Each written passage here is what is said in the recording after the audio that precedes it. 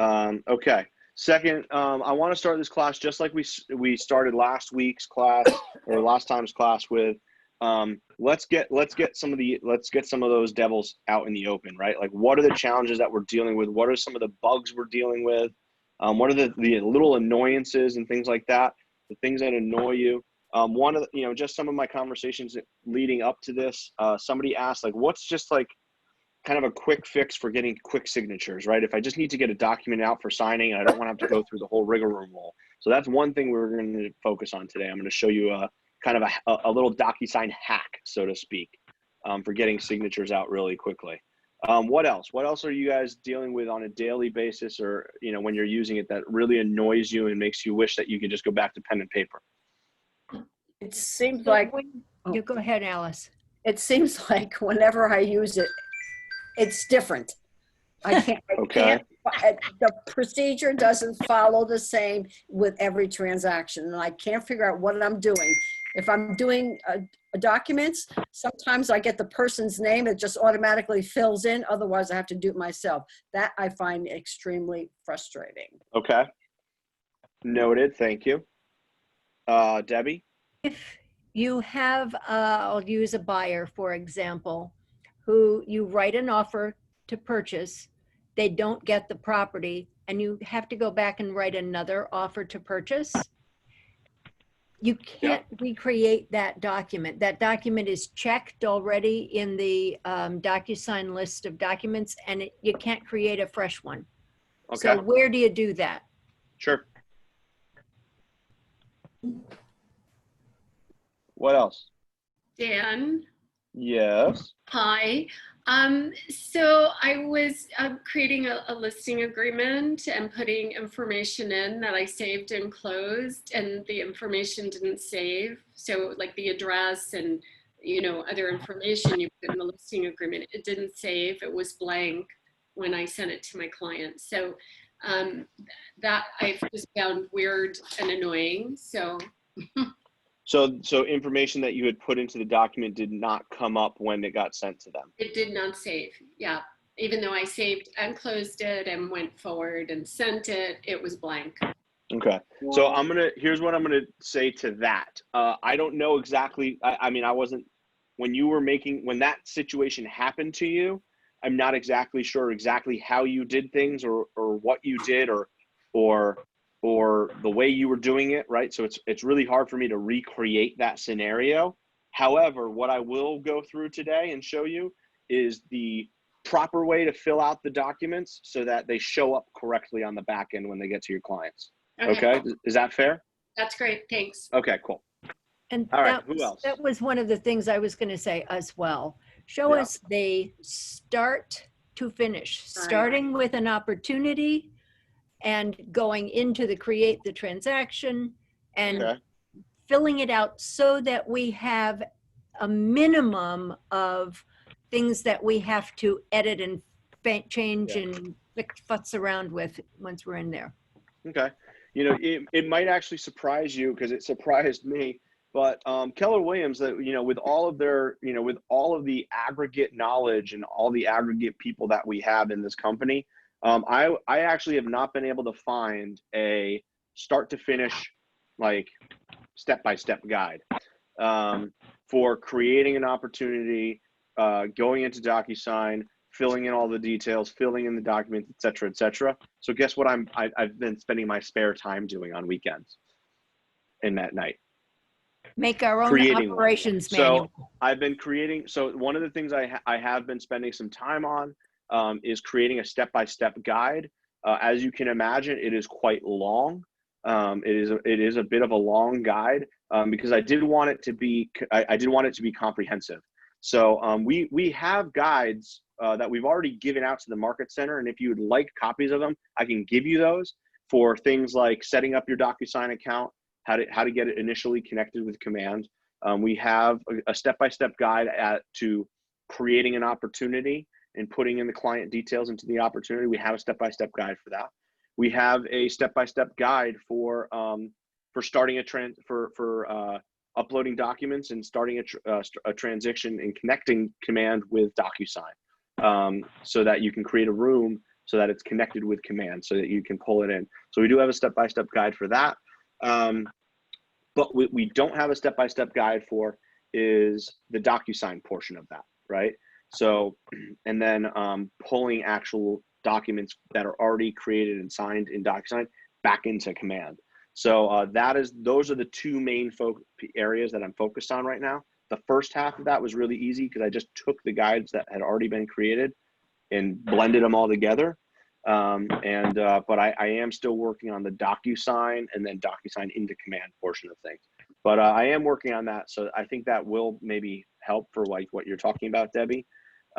Just knowing like, okay, like what are all of the steps if I want this to work properly, right?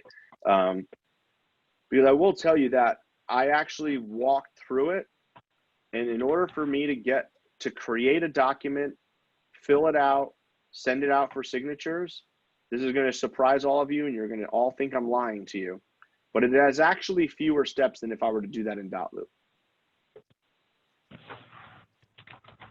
Alice is laughing. See, I told you were going to laugh at me. But so what we want you to do, and I think I speak for everyone, is hack, right, show that us. I mentioned before. Okay. Show us how all you right, do. so before I get into showing you these things, what else is there? Is there anything else that's really driving you nuts? Okay, so right now I have, we want a hack or a quick fix for creating and sending documents. All right. We want some sort of answer or response for why it feels different every single time, or why it responds differently to us. Okay. We want a solution for creating new documents from pre-existing documents that are already created, right? So like if you have an offer that was written, not accepted, you need to create a new offer for a new property. Is that correct, Debbie? Was that my understanding correct? All right. We're going to talk about how to get information to make sure that it shows up, right? So that we're not putting it in and having it disappear down the road. Okay. And then we're going to start, and then, and here's the thing. Here's how I'm going to do two things today. The first, I'm going to show you kind of my quick fix for just creating and sending documents for signature really quickly. And then the second is I'm going to work us through the start to finish process that should answer all of those other questions. And we'll hit those other things as we go through that. Does that sound like a good plan? Yeah? Feeling good about that? Okay. So let me share my screen with you. So here we are in command. Now, the way we taught command in Docusign before was all about creating an opportunity, right? Starting, and pulling in your client information that way. All right. And then putting in and then connecting it to Docusign. All right. And then creating the documents. And then creating an envelope to send them out for signatures, right? That was the kind of the basic process for how you create documents using command and Docusign that we've been teaching for the past 6 months to a year, let's call it, right? Yes, no, maybe. Is that not your understanding of the process? Yeah. Right? So if we were going to, I already have some opportunities started in here, but like, yeah, here, Tiger Aspire, right? So,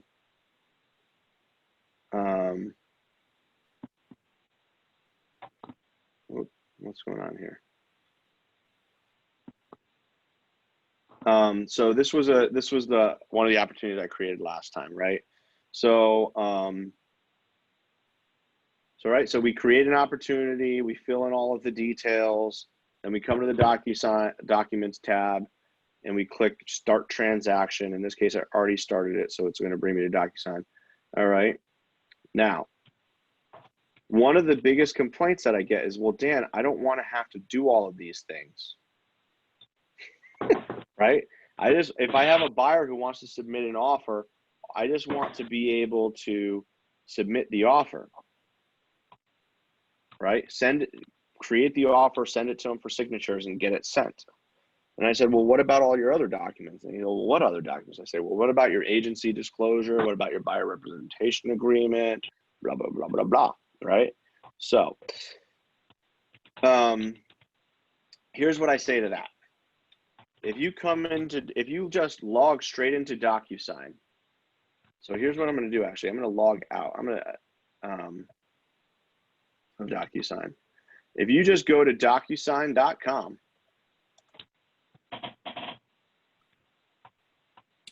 and log into it, this is the shortcut that I was telling you about, right?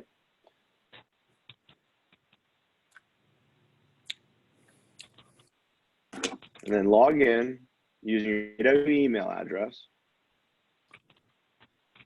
And I'm going to state that again. You have to use your KW email or whatever KW email is associated with command, because that is the account that is associated with Keller Williams in the Market Center. You'd be surprised how often people say, when I sign into Docusign, none of the stuff is there. And it's like, well, it's because you're not using the right account, right? Because they have a Docusign account that they've been using for years that's not affiliated with Keller Williams, right? And that account is not affiliated with Keller Williams, so nothing shows up there. All right. When you log into Docusign, it's going to bring you to the e-signature version of it. All right, which is just showing you like things that are completed. What you need to do is you need to go to Rooms. So if you just click on Get Started with Docusign Rooms, or you click on the little profile button and you go switch to Rooms, it brings you straight into what you're used to seeing as Docusign, which is Docusign Rooms. All right, now, typically it's going to bring you to this screen when you first log in. So now, as an example, I'm going to create, now if I need to send out, if Alice is a buyer that I'm working with and I'm a really bad agent that works illegally, and I've been showing how Alice houses for the past month without any kind of representation agreements or anything. I need to have all of a sudden now have all of this documentation signed because she wants to submit an offer. All I do is I create a room. I put in Alice, I name the room her name, right? It automatically brings me to the details section.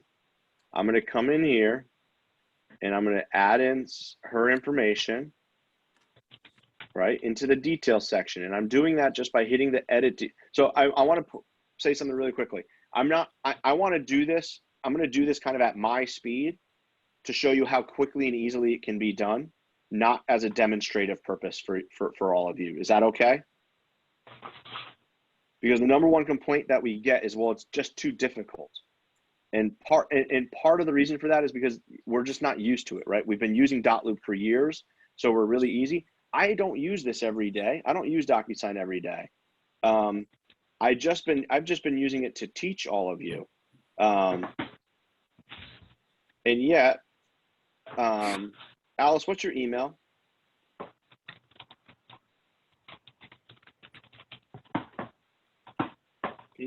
Oh, are you putting it into the chat box? I don't have the chat window.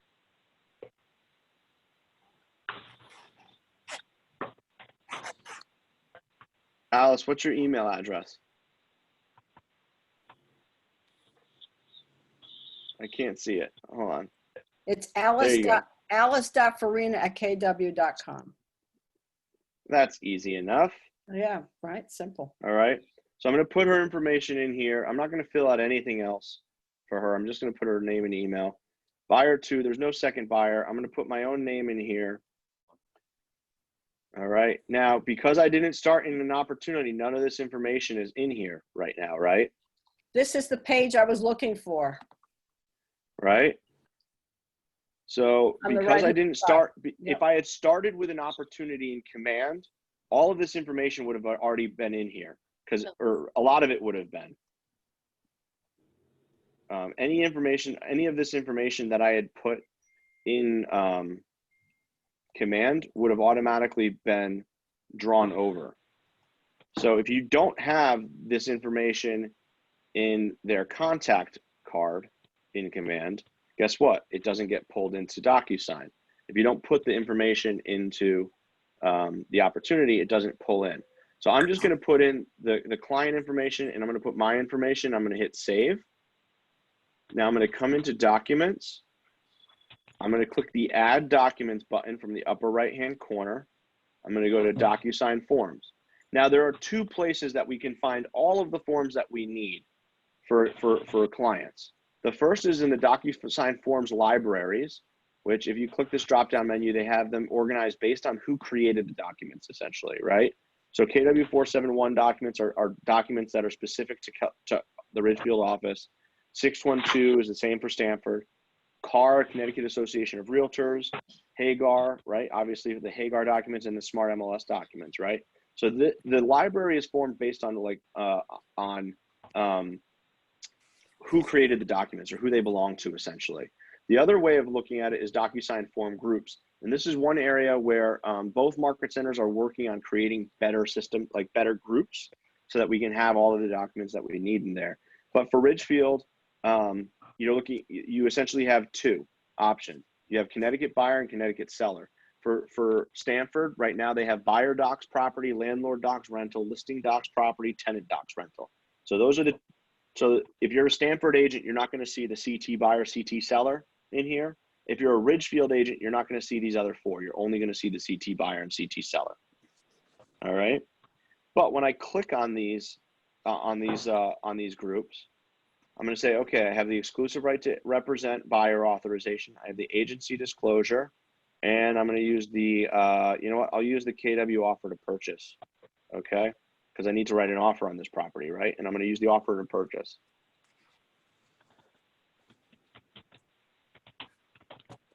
It's going to create the three documents. Now, when it creates the three documents, I can now come in here and edit those documents. And this is kind of, Michelle, this is kind of where a lot of people get tripped up as to what information you put when and where, right? Because the documents do need to be filled out kind of twice. You can fill it out in the document section, which only allows you to fill out the document areas. And then you also fill it out again in the envelope section. The problem is if you fill out document stuff in the envelope section, it actually doesn't stay there when you send it to people because that's what the envelopes are meant for. All right. So any document information like a listing agreement or a buyer representation, right? I'm going to come in here and just fill out this document the way I normally would. So Keller Williams Realty. And guess what? This is exactly what you would have to do if you were using .loop, right? This is no different. So it's family, single family house. This representation agreement is going to go from today. I thought today was the 27th for some reason. I've been filling out stuff incorrectly all day. All right. So none of this is different so far. 3% with 120 days. All right. No other terms as far as the deal goes. Okay. Now, I'm not filling in any signatures or anything here because that's not what that's meant for. All right. Sorry, Alice, you're now living at 123 Main Street in Stamford, Connecticut. 06901. All right. I'm going to put my number in here because it didn't come in from the other spot for some reason. And Alice's number is 123456789. All right. And now I'm done. I filled out the the buyer representation agreement. I'm going to hit save.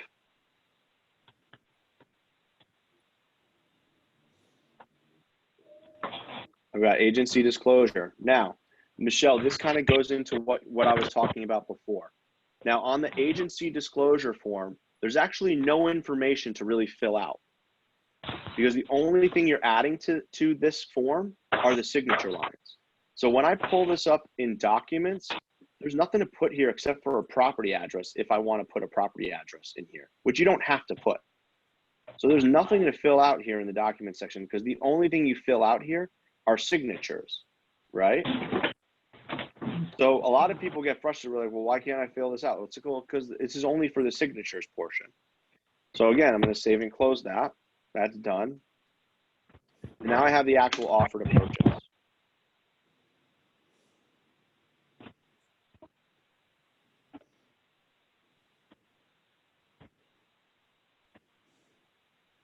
Okay. So the seller is Debbie Orr. She is selling 404 Main Street in Ridgefield, Connecticut, 06877. MLS ID is 999123456, whatever. Make sure there's actual numbers there. Smart MLS. Date of this offer is 8/25/2020 as per MLS. All right, she's going to be, well, let's say we're going to do a $400,000 house. So we're doing $1,000 earnest money by buyer agent. All right, additional deposit. Let's say she's doing 10% down. So we're going to do an additional 36,000 here.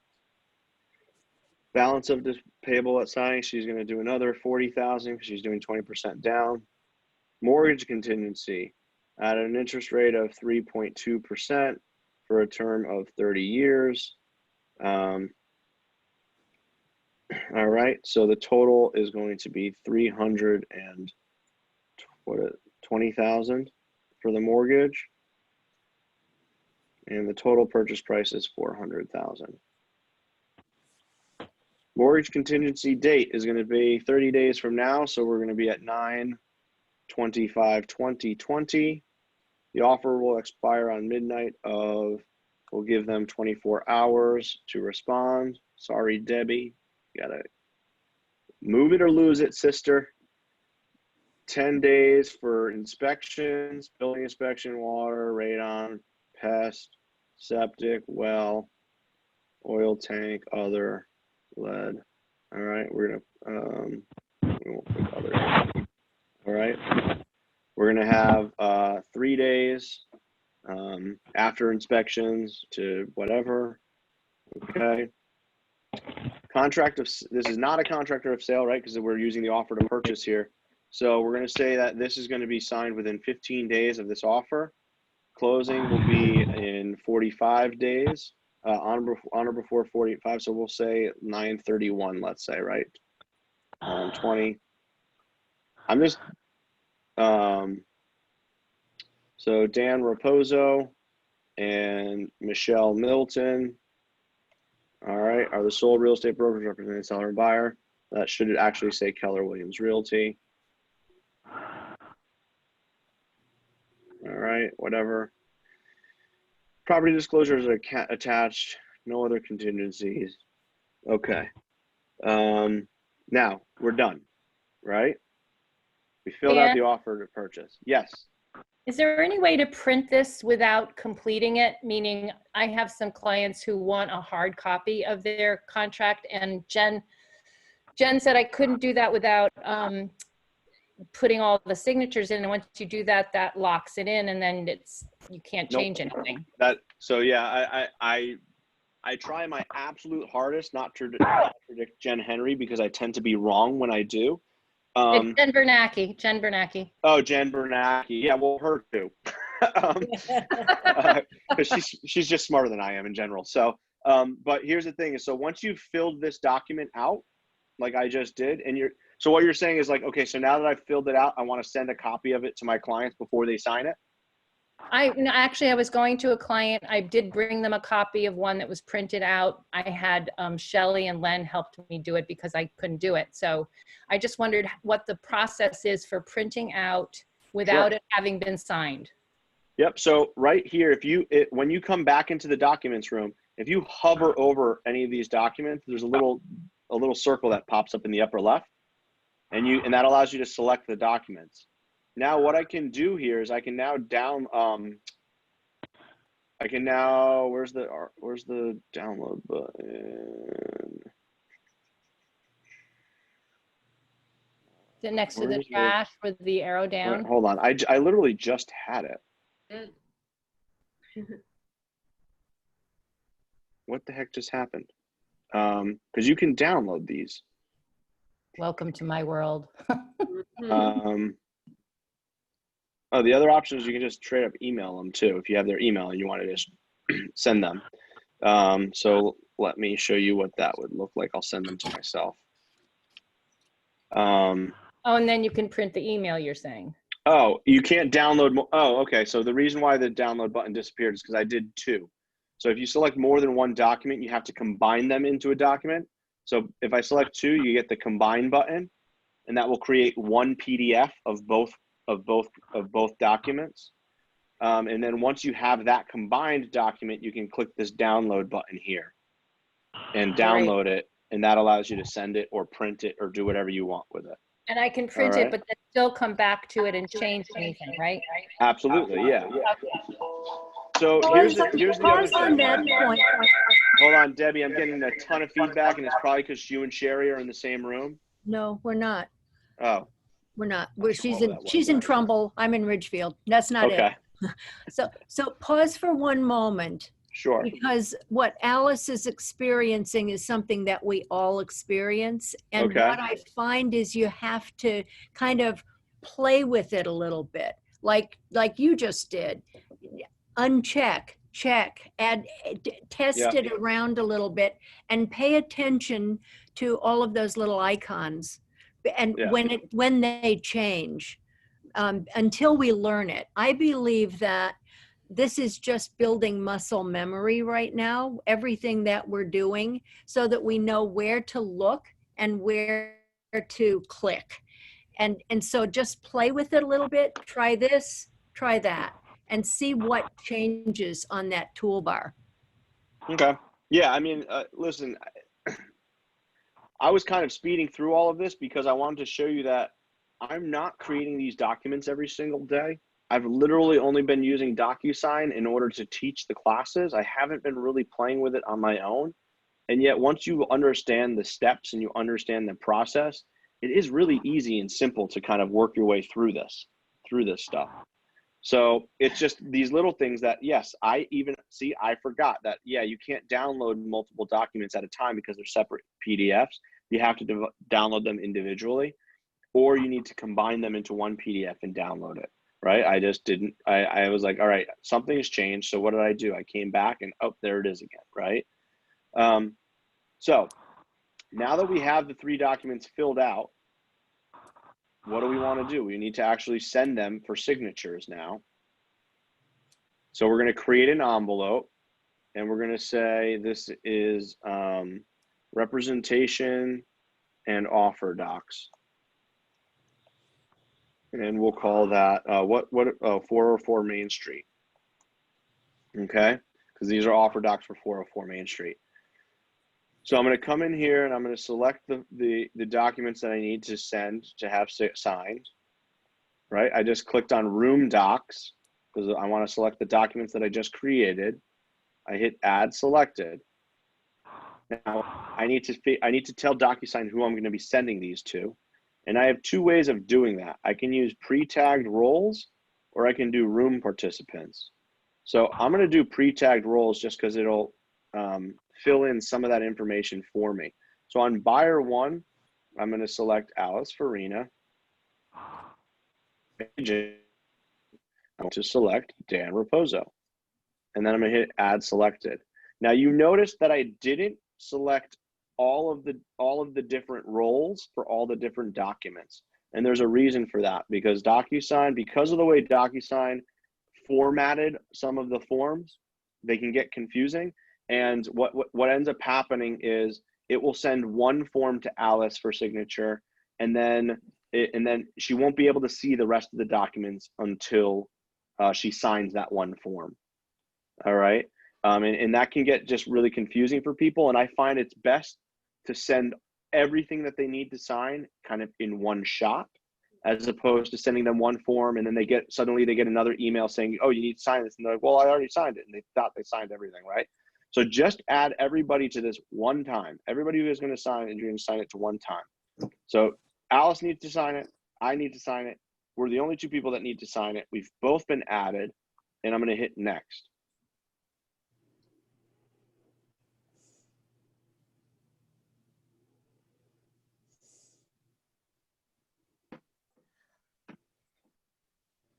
Now, this is where I get to add in not document information, but signature information.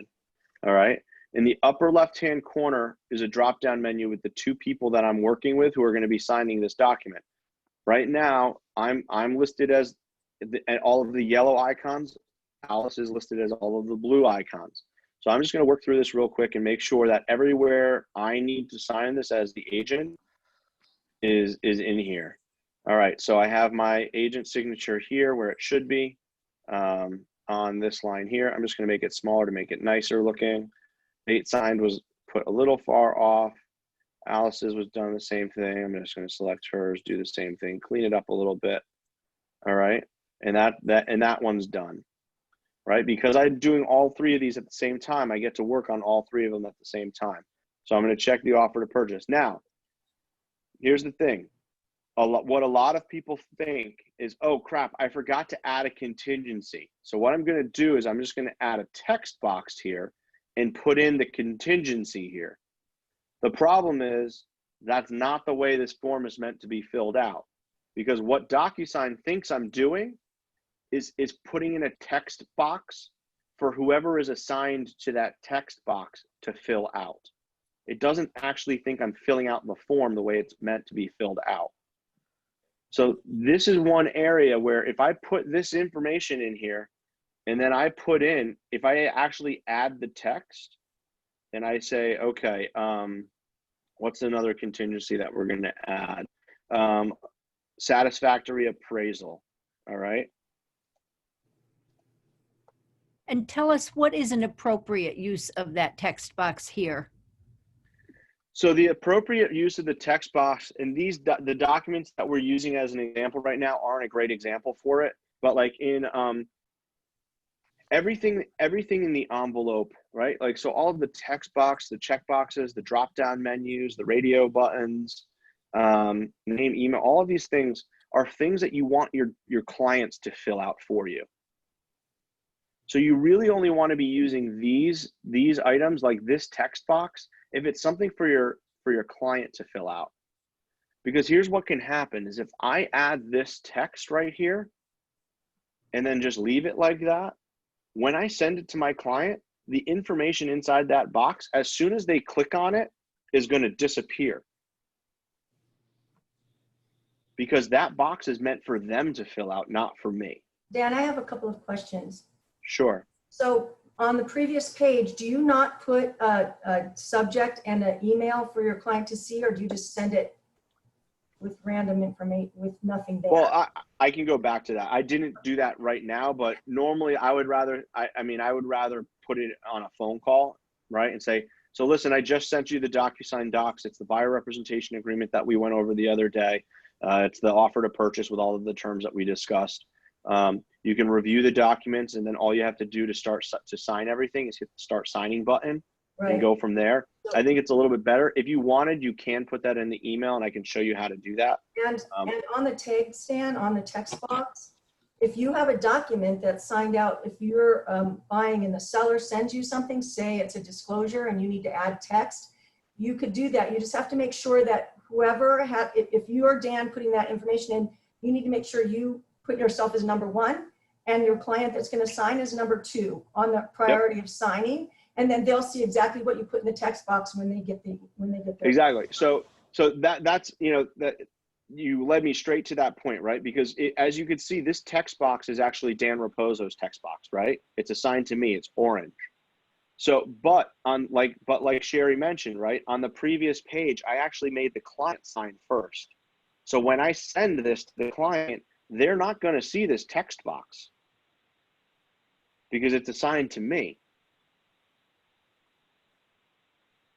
So that's where you can get into situations where information is disappearing, right? It's not really disappearing. It wasn't added to the document properly. It was, and that, to be perfectly honest, is typically the biggest confusion around Docusign and Dotloop, because in Dotloop, you did everything in one place. And here's the problem with that. That's not the way it's supposed to be done. Documents are not supposed to be filled out by us. There are some documents that are not meant to be filled out by us, and there are some documents that are not meant to be filled out by the clients. A buyer representation agreement is not meant to be filled out by the client. It's meant to be filled out by the agent and signed by the client. A property disclosure report is not meant to be filled out by a real estate agent. It's meant to be filled out by the client.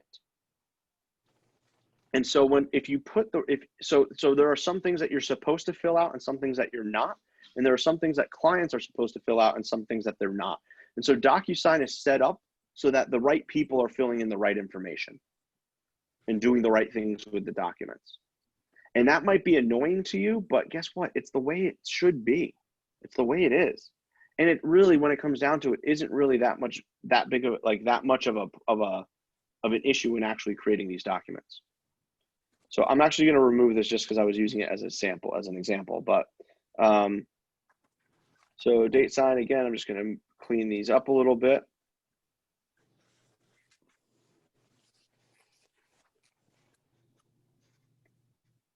All right. Seller agency, because I didn't fill that stuff in on the initial envelope area, I have to add these signatures. So I'm going to add the agent initials, and I'm going to switch over to Alice's stuff. I'm going to add in her signature here. I'm going to add in her date signed here, right? Again, because this is for her to sign. Okay, I'm going to keep, and that's it. And we're good to go. I'm going to click send, and we're done.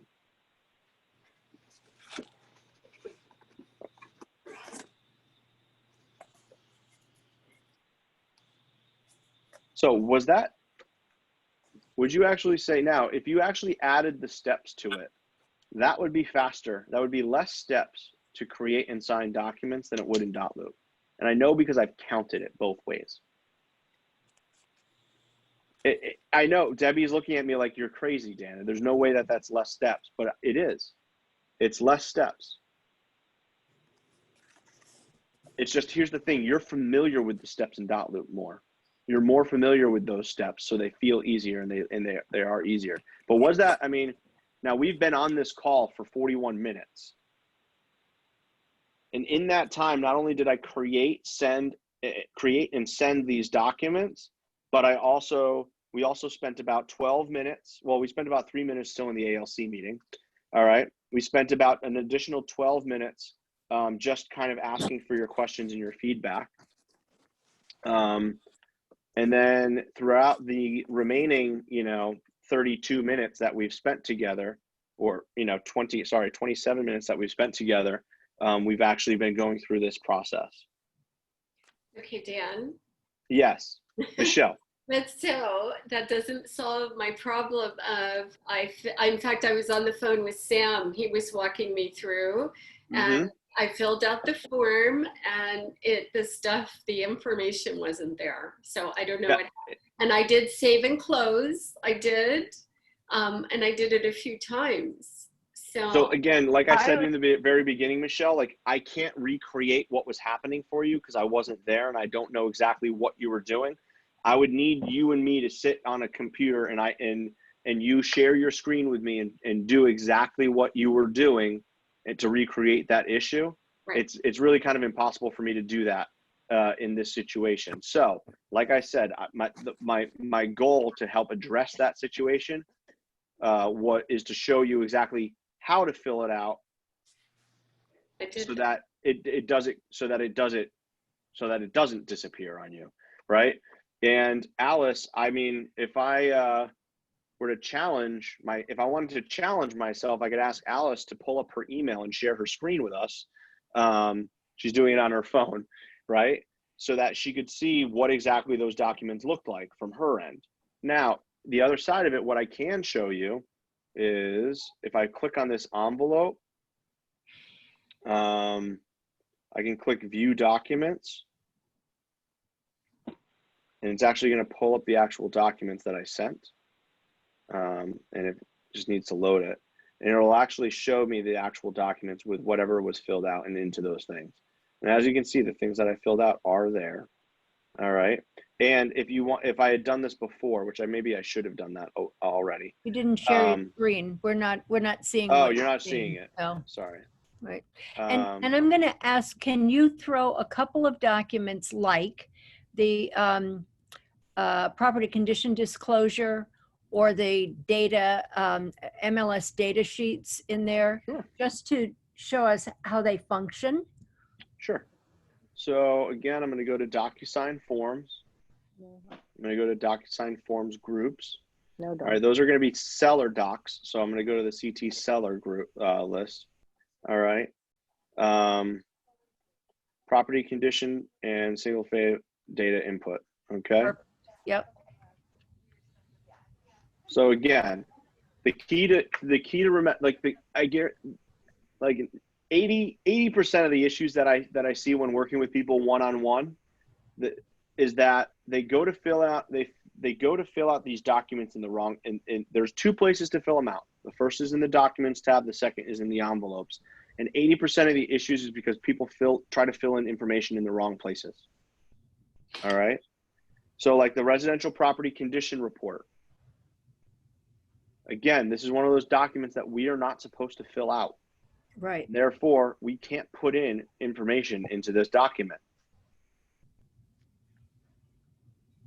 All right, at least not in the documents section.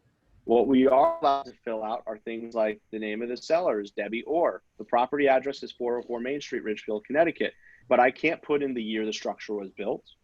Right. I can't put in how long that she's occupied the property. I can't check any of these boxes. And again, there's a reason for that. I'm not supposed to, right? So this form, as I'm scrolling through it, it's filled out as much as it's supposed to be filled out, right? So buyer name is filled out there, seller name is filled out there, and that's it. I did put in the year from the field card when I did it, and that was a lot of owners. I guarantee you didn't do it here in the documents section though, because you physically can't. Oh, I think. All right. But here's where you probably put it in, Sherry Lee. Okay. When you hit, right, when you hit save, and now if I go into, I go to create an envelope. I'm going to create a new envelope for this. And this is going to be property condition disclosure. And I'm going to come down here. And so as Sherry Clement was mentioning, if you want to put in a subject line and a message that's going to be in the email that gets sent to the people, you can do that here. All right. Hi, Debbie. Here is the property condition disclosure form. Please call me when you receive it so we can work through it together and get it filled out properly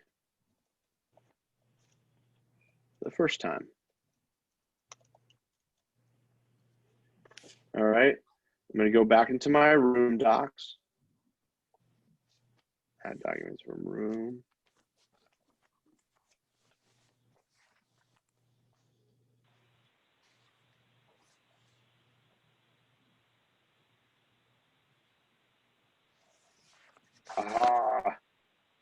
Okay, let's see what's going on here. I'm going to hit save and close. Come back into documents. There's a document in there.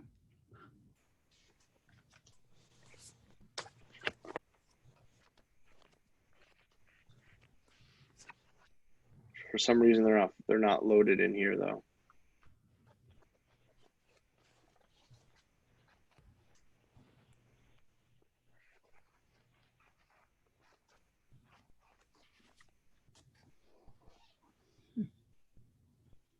Okay, now MLS, right? All of this information is stuff we are allowed to fill out, right? Because we're supposed to be the one filling this out and sending it to our clients. So there's a lot of check boxes here for us. There's a lot of things to fill in. All right. This is my least favorite form out of all of real estate. It's like, really? Yeah. Yeah. So we're going to go through here and fill all of this stuff out. We're going to hit save and close.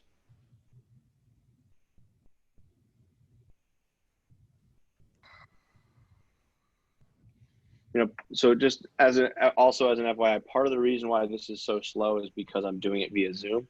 And I think part of the reason why these forms aren't showing up right now is because they're not fully loaded right now. You can see how these are just a logo and this is the actual form here. So I don't know if that's just a connection issue that I'm having or like with how slow it's taking.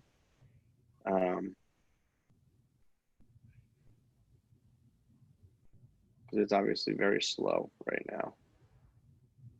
And part of the reason for that is because I'm sharing this via Zoom and I have the Zoom meeting running and everything else. So it's a large bandwidth issue. All right. Now, where are we? In a room. We're in a room.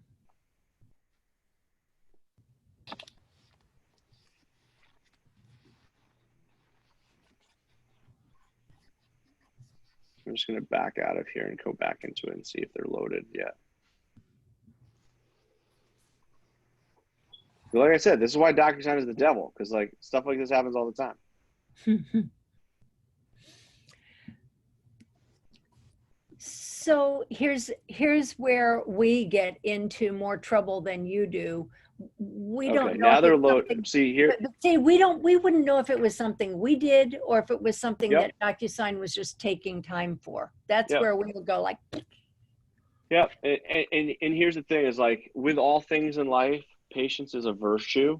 All right. It's sorry, Debbie. I know that's like not like that's like probably one of your least favorite words. But as you can see, like those documents just weren't loading because they didn't look the same as the rest of them. What are you doing? Right, you're sending the robot after me.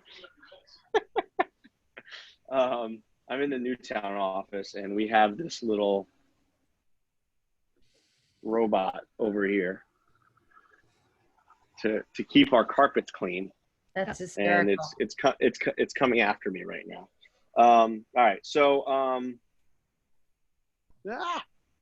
all right, so so now that the documents are, so yeah, in that situation, I knew just by looking at it, because these documents didn't look like the rest of the documents, right, that they hadn't loaded yet. Right.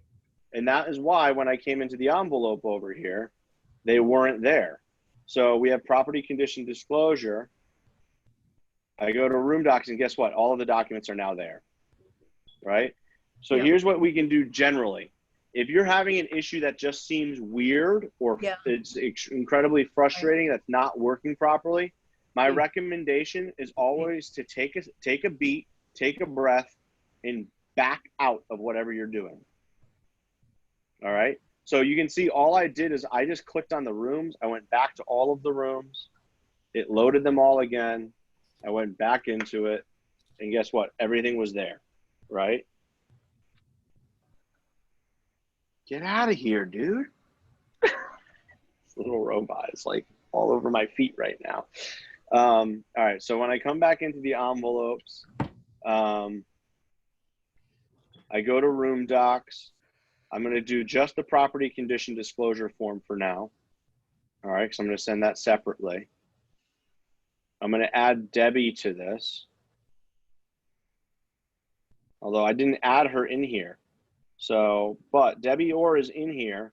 I didn't add her as the client details, but because I added her name as the seller in that other document, guess what Docusign now knows? That Debbie Orr is the seller of the property.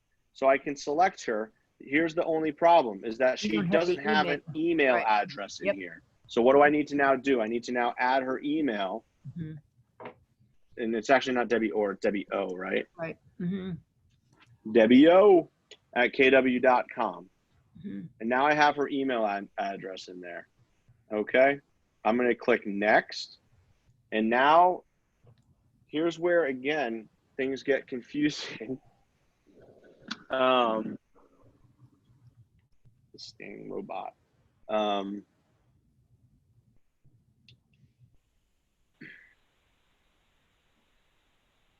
Because now Debbie Orr is the orange signatures, and you can see that all of these things are have now appeared. Look at that.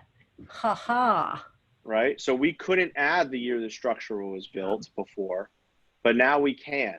Now we can add information in here. But again, they're colored orange, which means Debbie is supposed to fill them out. So if we want to help Debbie out, we can fill things in for her.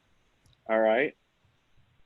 But we're going to put that in here. And now if we go to recipient preview at the top, we're going to get to see this as Debbie would see it when she receives it.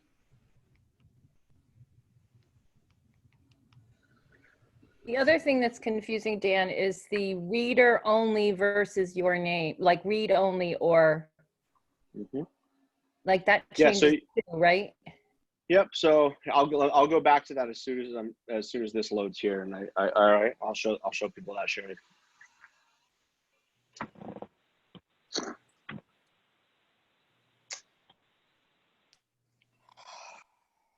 All right. So now with the way this has been filled out, these are all things that Debbie's going to have to check and whatnot. But you can see that she has the ability to check these things. Okay. All right. And guess what? The 1980 that I put in there is still there. The difficulty, like I said before, is that when you have multiple parties signing a document, if you add a text box, or if there's a text box that's assigned to one of them, but not both of them, the person who signs it, if that box is assigned to the person who's second in line for signatures, the first person isn't going to see that information. All right. And Sherry, what did you mention before? You mentioned so then You mentioned the signing order, but that's back one. oh no. I meant Sherry Lee. What did you mention before? Dan, one quick How it changes whether it's read only or right. Yeah, so if I select this, I can also change it so that so that the person signing can't actually change it. I can just by clicking this box in the upper right hand corner, can make that read only. The other thing you want to be careful about is this required field. Not all of these fields are going to need information put into them. So you want to make sure that the required only is not checked for those. Yes. However, some things are required, like her initials on every page, right? So we want to make sure that that is checked as a required field. All right. So yes. So if you have two sellers or two buyers, are you making both of them one for signatures, or are you making them 1 and 2, and then My recommendation is to make them 1 and 2. All right, and give one person the ability to fill everything out, and the other person only the ability to sign. And this way they can do it together. Now, if you have two people that aren't necessarily going to do it together, I mean, that's where things get complicated. But you're already in a complicated situation because you got two sellers that aren't necessarily communicating together, right? So it's already a challenging situation. But yeah, if you have two sellers, they'll both be able to fill these out. The problem is if you send it to one of them first, they fill it out a certain way and then sign it, and then it goes to the next person and they change some of those things. They're either not going to have the ability to change them, or it's going to have to go back to the other person for signatures again. So then why don't you make them both 1? Hey, you could, but again, they're going to, they could both be making changes, and if the forms aren't the same, then it's just going to become a loop. Hey, Dan. Yeah, Sherry. I thought it didn't. In actuality, the person you have as seller 1 is the only person that's going to be able to fill out the document, and the other piece of people will only be able to sign. If you assign them as seller 2. If seller 2 wouldn't be able to make any changes, even if they're number 1. Whoever's listed as, there's like seller 1 when you pull in your pre-tagged roles. It's not That's assuming you've order. used the pre-tagged roles, though, Sherry. So it's still the same. Whoever, whoever's the first signature is the one who gets the. They're the ones. Whoever's, let's say yellow. The yellow is the only one that makes those changes. So if you're blue or purple, you're not making any changes in there. Gotcha. Right. And then the initials and the signature boxes, the smaller you make them, the smaller those are going to look on your paper when someone sees it. You don't want them too small, so attorneys can read the signatures. I just always make them small because I want them to look good at the bottom. Dan, I just noticed that how small my signatures were on the documents you sent me. I could hardly read them. I had to expand them on my phone. Yeah. So it does make a difference. Yep. Yeah. Right. Yeah. I want to make sure that the signatures actually fit within the area that they're supposed to be in, and so that they're not like covering up other text and stuff like that. That's just a personal preference of my own, but yeah. And thank you, Sherry. That made it very clear. Yeah. All right. That's good. So yeah, I mean, so here's what I would say about, all right, so was this helpful as far as like the Yes. understanding like this Enormously. the multiple Yes. steps?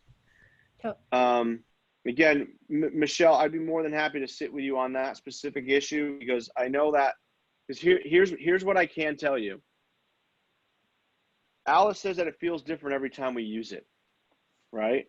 The steps should be the same. And if you're doing things the same way each time, it should feel the same. Why it feels different every single time is because we make a small change in either what we're trying to do or how we're trying to do it. And so it feels different every time. Or, you know, I will tell you also, because the system is changing. When we first started using Docusign, information in command was not translating over. And now it is, except guess what? Not all of the information is translating over, right? So some information is coming over from the opportunities in command, but not all of it is, right? But it's still better than none of it, which is where we were before. What Right. I was doing wrong was not filling out that right side with the details. Oh my gosh. Yeah. I learned that today. Yeah, Thank you. you're welcome. Yeah, so the first place you should always start in Docusign is the Details tab, all right? Move from left to right, Details, Documents, and Envelopes.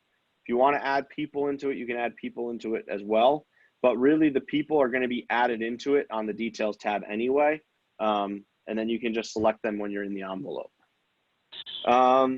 Start to finish process. I know we didn't really get a chance to go through that today as far as using the opportunities and stuff like that, just from a sake of time.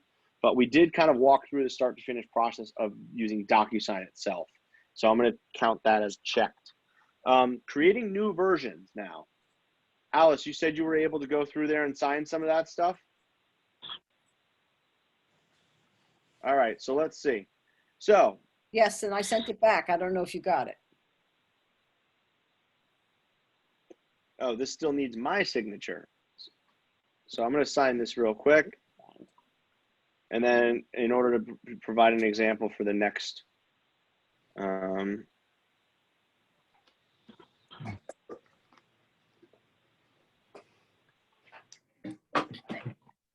okay, so we've now signed this information, which included the exclusive right to represent, as well as the offer documents. So now when I come back into the envelope,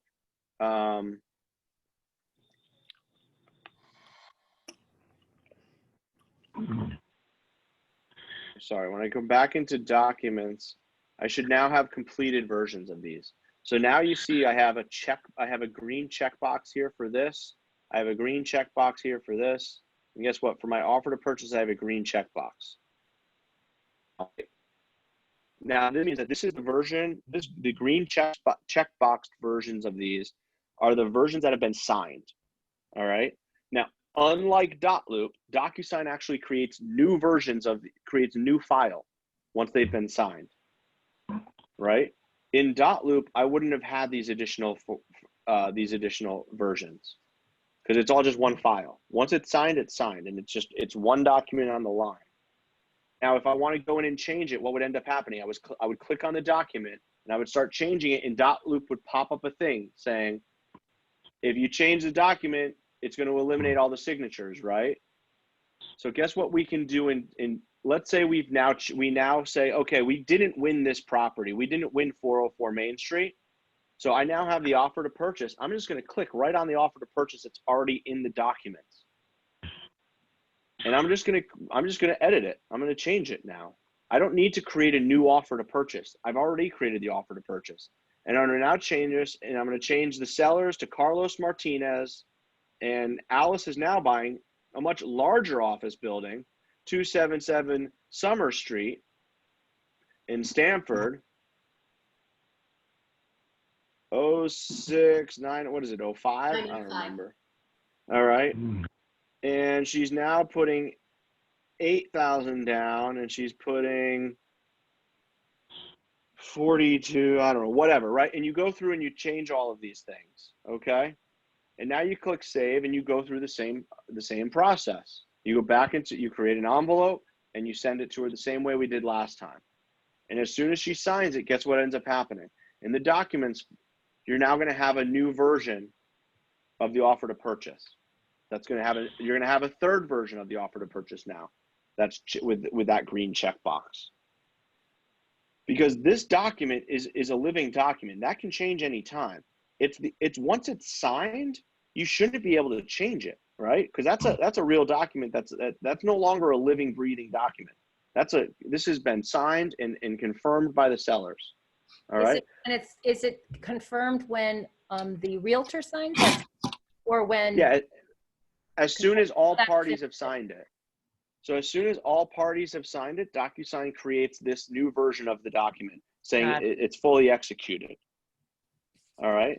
Or let's say instead of so what I'm going to end up doing now is, you know what, let's say instead of being at 400, we created that initial document. I sent it over to Debbie Orr, and sorry, Carlos, you're no longer the seller. Say we're still at 404 Main Street. All right, except what have we done now? We've negotiated, right? And now let's say instead of 400, we're at 425. So now this is 4,250. This is now going to be, I don't know, I'm not going to, or we're at 500 because I just can't do math like that in my head right now. All right, we're at 5,000. We're going to put another 45,000 down at closing. We're going to put another, at contract, we're going to put another $50,000 down at closing, and we're going to be getting 400,000 from a mortgage. Total purchase price of 500. All right, dates aren't going to change. Nothing else is going to change here, right? But we've now renegotiated the purchase price. Now I just edit the original document, and then I hit save and close. And now I come back into the I create a new envelope. I now need to create a new envelope. And this one I'm going to say final offer, final negotiated offer. Okay. I'm going to go back into the room docs, and I'm going to go back to the offer to purchase. And I'm not going to change the signed one. I'm going to do the offer to purchase, the one that I just edited. I'm going to add Alice as buyer one.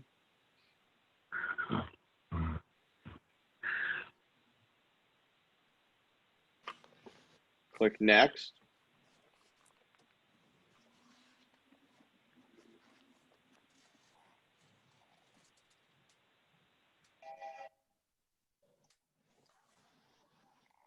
I'm going to come down here, make sure that her offers, I'm going to make it extra big for you, Alice, okay? And I'll take up both of the buyer signature lines. All right.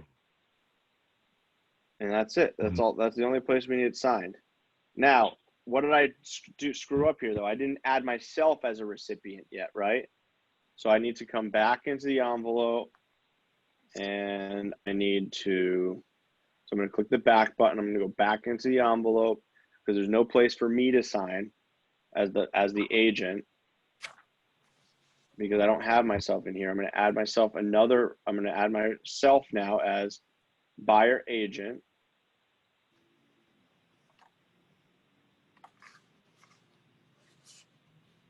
I'm going to go back into the document. I'm going to click next again.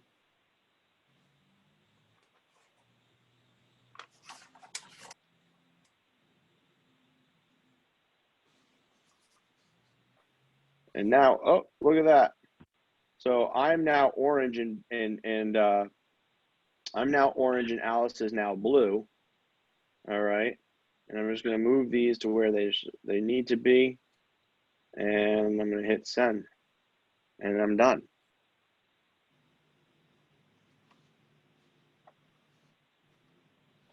And that's how you can edit a document once you've created it. You need to create a new version of it. All right.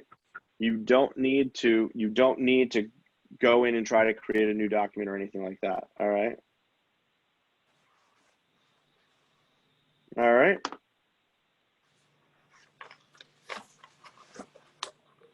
Okay, I think we've addressed everything except for Michelle's issue with Of course. the information not showing up. But like I said before, that's not like that's something that I would really need to kind of see in person to see what was being done, so that we, you know, it's not something that I can really recreate just on the fly. So, Hey, Dan, yeah.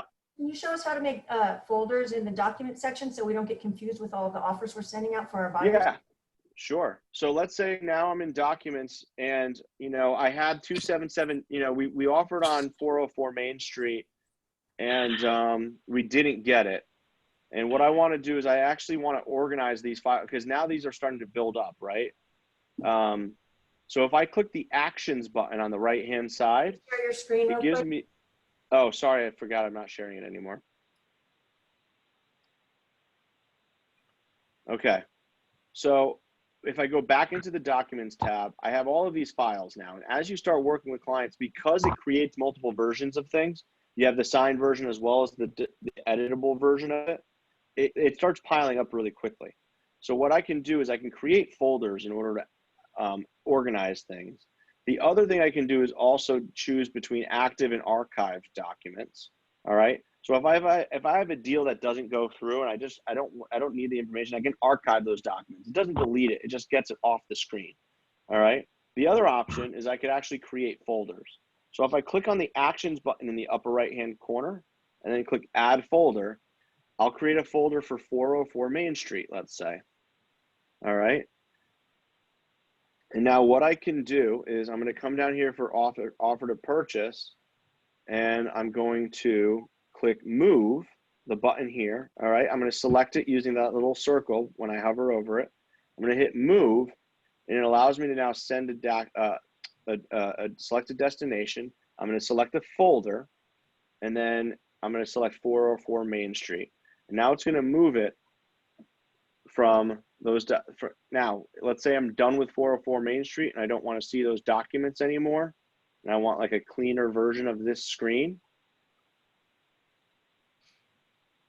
All I have to do is click that little arrow button and it eliminates it, right? So that I'm not going to see all of the stuff in there. I could also come in here and say, you know, once my agency disclosure and exclusive right to represent are completed, I don't need to see those anymore. I could put like representation docs as another folder. I'm going to create that folder.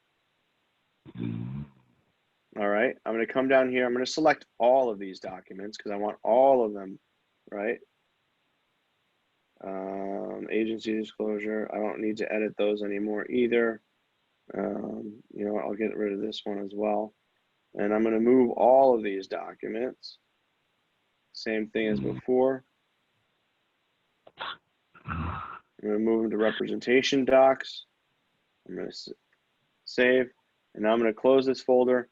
And now what I'm going to see is just the actual active documents, the room docs. All right, so as soon as I lower that, now I'm only going to see the room docs. And now if I ever need to go back into representation, I can go get those here as well. All right, but these are just going to be the active docs. So that just helps you to keep things a little bit cleaner, a little bit better organized as well. All right, any other questions? Was today helpful? Yes. Yes, yes, yes. I'm Yes, seeing very. thumbs up. I'm hearing yeses. Yes, yes. Okay. Love Can I that. just Do we feel like we're one step closer? Yes. Can I just say a problem that I was encountering, and I don't know if anybody else has yet. When I was hitting the next when I wanted to send my envelopes, I was getting an error report, 409, you know, bad report or whatever it was. And I emailed Sam and he didn't know what to do. Anyway, I found out that I had to clean out my cache and my cookies.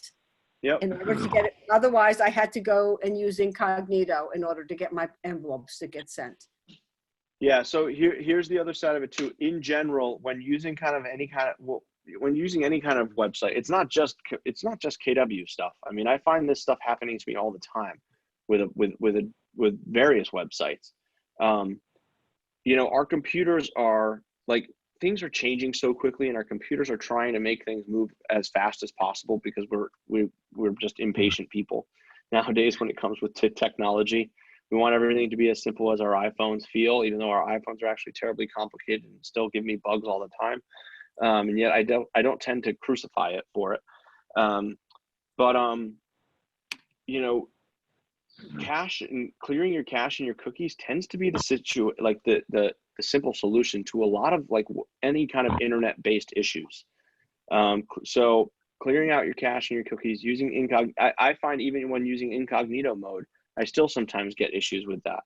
You know, because sometimes websites require cookies to be allowed in order to work properly. So you need to actually allow cookies, and incognito mode defaults to not allowing cookies. So like you used incognito mode to fix those issues, and then you still have issues working, and it's because you need to click the little button in the upper right hand corner to allow cookies for that site. So there are little things like that that come up, but not necessarily the end of the world. And just remember that, right? Your two like easiest solutions to most of your problems are going to be to refresh the page or to clear out your cache and your cookies and then refresh the page. All right. Any other questions or comments? All right. Thank you very much, everybody. And I will see you in a couple weeks for our next Docusign is the Devil class. Thanks, Dan. Thank you, All Dan. right. Bye. Bye.